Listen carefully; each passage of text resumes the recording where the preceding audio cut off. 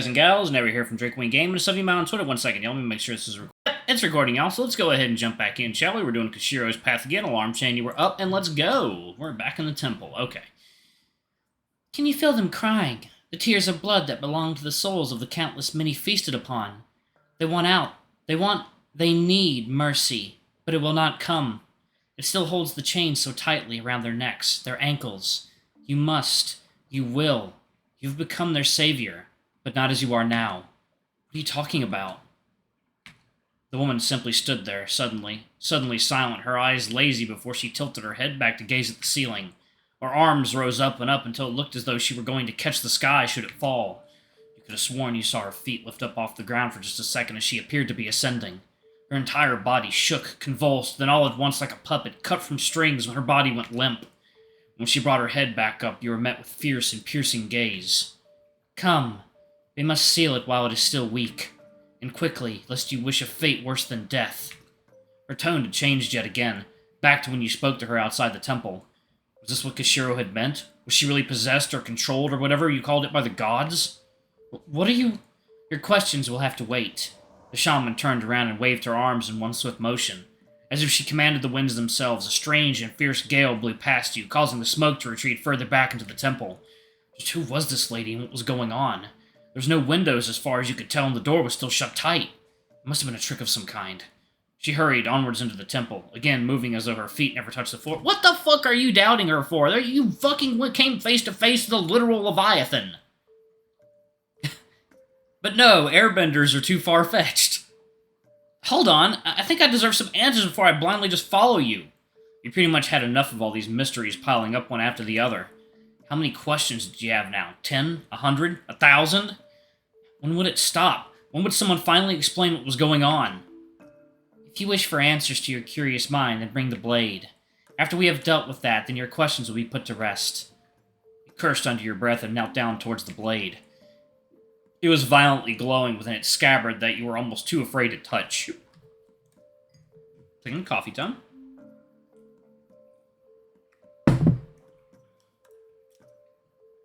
Giving a bit of slack to your sleeves, you brought them down over your hand like a glove and picked up the sword. It was still hot, but manageable for now. As you entered into what appeared to be the main sanctum, the smell of the fragrance hit you harder than ever before. You found yourself waving one of your arms in an attempt to clear out the smoke, but it did little to no good. Even more candles dotted the room, though they provided a meager amount of light to dissipate the ever-present darkness of the temple. From the ceiling hung decorations, tapestries, and bells that started to sway and chime as though greeting you in. Censers of all different sizes emitted out the incense that irritated your nose. It cascaded down from a pile like waterfalls and pooled and swirled around on the floor. And at the back of the room was an enormous statue carved out of wood. Its face was that of a wolf beast man, and you recognized it as the one who was on the front door. It looked down at you with a fierce and angry glare as though it were watching you, judging you. With the darkness and the smells in the room muddling your senses, it almost appeared to be moving. You stared into its eyes that were open just a crack and nearly fell into a trance. You couldn't look away and didn't want to move for fear of angering it further. So even humans cannot resist her beguiling charms. If you are not careful, she may turn you into a beast man. The shaman appeared right beside you, her head turned towards the statue. You nearly jumped out of your shoes and dropped the blade. Speaking of the blade, it was now starting to burn and you had to juggle it in your hands to keep your clothes from catching fire. The shaman put one hand down on it, though, and it cooled just enough that you didn't have to worry, but the shaking was much more turbulent than ever. The blade clearly didn't want to be here. It wanted to be released, weld in both hands, and it wanted you to be the one who did it, to do it. Thoughts of violence, turmoil, fire began to cloud your mind, but the shaman put her other hand on your back and they all drifted away. I can see its roots have already twisted deep into your mind. Huh? What? For such a thing to taint as someone so young, innocent. But I can see why it chose you, why it waited so long for someone like you. What are you talking about? The shaman removed her hands from the blade in your back and stepped onwards, and you caught her silvery smooth hair glow even in this darkness. For some reason you couldn't shake the feeling like she wasn't normal, not in the sense of loony as you once believed. It was like you were gazing upon a diamond, its light brilliantly shining and mesmerizing you. And as strange as all this was, and strange as she was, you felt like you could trust her. You can thank our mother. She's been sheltering you from its evil ever since you arrived in our village. You looked back at the statue. She is the mother of all wolfmen. The one we call Okami. So she's your god? Our god, your god. She is simply a god. We pray to her, and for our devotion she gives us fertile lands, pleasant weather, and healthy children.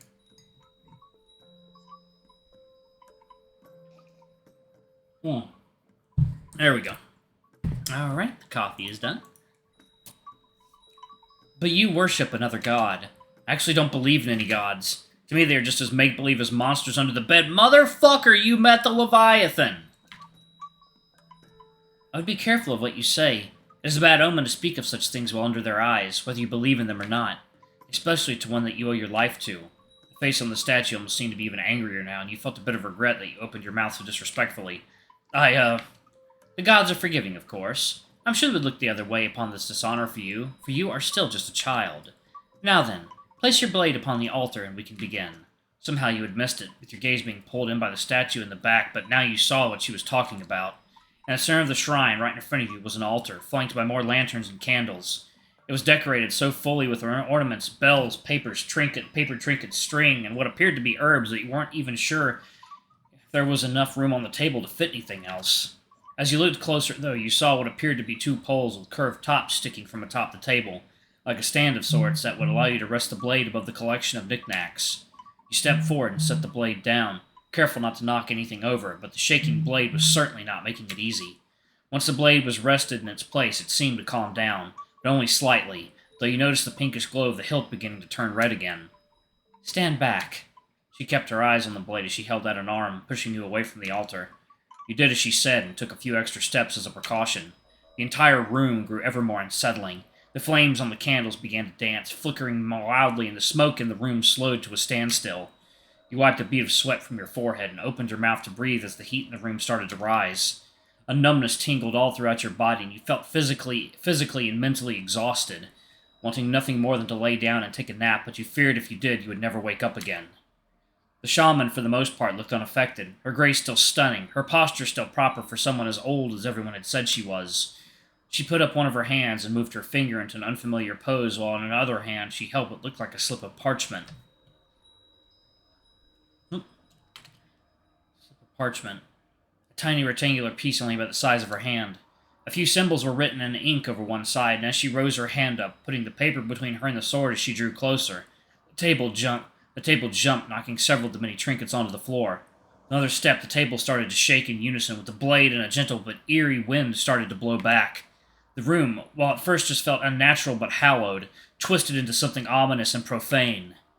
Your guts started to churn, and the pressure in your ears began to build up. Every time you looked up to stare at your blade, you wanted to vomit. You wanted to run, but you couldn't move an inch. As though there was a chain wrapped around your neck and arms, you were bound and even compelled to move closer, to grab the sword and get it out of here.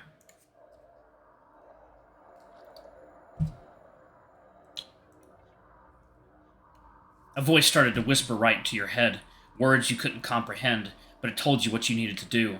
The shaman. She was the one you had to worry about. She was the real threat here. More than Hyusuke. More than even those assassins. No! She was an assassin, and she was going to come after you next. How could you be so easily fooled by her frail movements, her lithe and deteriorating body? You should have known better than to trust her, to walk into the wolf's den so unprepared. All of them, every one of them, were trained killers from birth, and you hand them your head on a silver platter? This whole ritual, it was compromised from the very beginning. It was never meant to save you, to keep you safe from some imaginary horror. No, it was to disarm you, to ensure that your death would be without struggle. The blade, only it could give you salvation, your master, your god. You had to move, you had to touch it. Move your legs, why are you just standing here? Koshiro, how could he? Just when you believed you could trust someone, but he was always like this, a liar from the start. He dragged you here, holding your hand so gently, while he brought your head down on chopping blocks, smiling all the way. His betrayal would not go unpunished. As soon as the witch was killed, he would be next. Fur ripped from skin from bone, flayed as his screams filled the air. Such a magnificent sound. Oh, but you couldn't stop there. These so-called guardians, this village of murderers and liars, were long overdue for their time. Their peace would have to come to an end, too. They would all have to be slain, every building burned to ash, the very sky filled with smoke and soot. and the fires would spread beyond this disgusting filth of a place to look at each village, each hopeless hamlet. Only then will they know peace, solace in death and destruction and war, crying for you to stop, but there must be nothing. Everything must burn. Everything must burn. Everything must burn. Everything must burn. Everything must burn. Everything must burn. He is not your puppet. The shaman took a large step forth, and the candles burst. Crimson flames soared up high to the ceiling, bathing the entire room in a red glow. Wind whipped the room into a frenzy, sending a scalding heat wave through your entire body. Whatever hold that was on you vanished, and your arms and legs became numb. You couldn't catch yourself as you fell to the floor hard like a discarded doll. Every limb in your body ignored your commands. Unable to move, all you could do was look on with eyes clouded with tears and dust. You had to stop this. You had to break free of her witchcraft, but all you could do was scream until your throat became hoarse as she inched closer with the blade. Closer to the blade. The sword screamed with you. Hundreds, thousands of voices all howling in a painful cacophony. The entire room was an oven, baking, burning, charring everything. The wick of the candles were long since used, and now only the wax was used as kindling.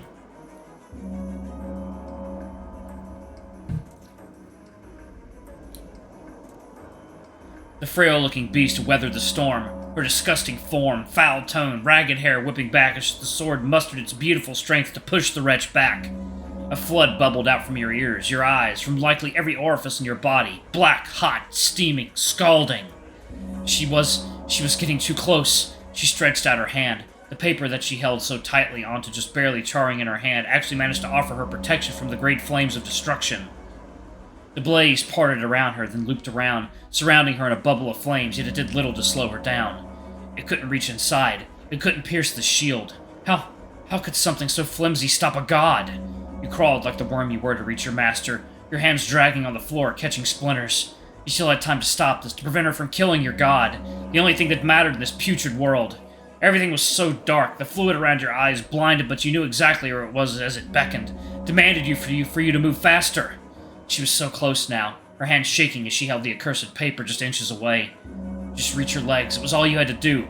Drag her down and your god would deal with the rest. Demon of war, your time will never come. No!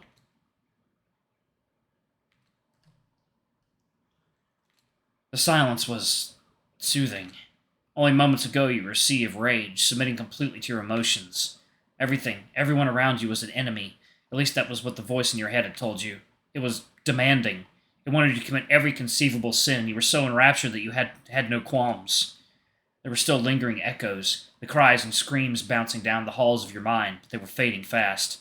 Now only silence and emptiness remained. You wanted to keep your eyes shut and fall asleep forever, just ignore this nightmare. But it would never end so long as you were alive.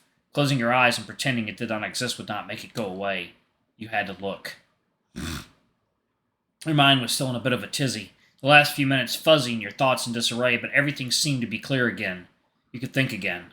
And your body, well, it felt weak, but you could move it. You had control over yourself. Whatever had happened to you was now gone.